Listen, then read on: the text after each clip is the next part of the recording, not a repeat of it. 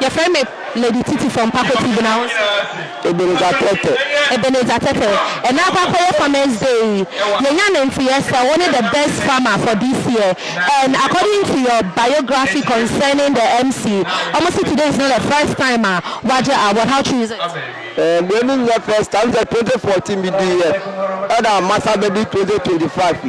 Now Bishop was at 2026 in Ombeko Regional. Okay, Mr. Beneza, let me ask you this question. We have a lot of careers out there, like a doctor, engineer, immigration officers, police officers, a lot of career. Then now choose farming as your career.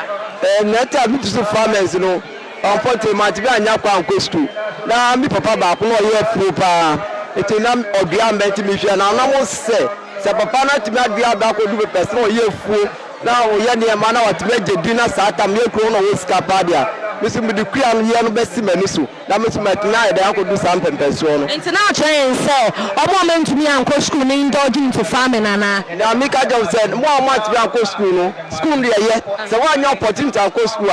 The bona for family. Now, for family, if no bet my uncle, best so be our school. Because Duma family, no, Ama, Manyeska be, Ama, my share in Kofuma.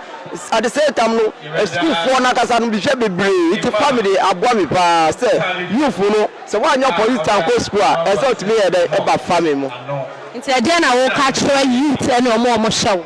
Yeah, look at you for you fully said, anyone watch me, and you come up from your say, oh, behind you, no one was a family, not family. And I doubt which you might be short time, no better than you before.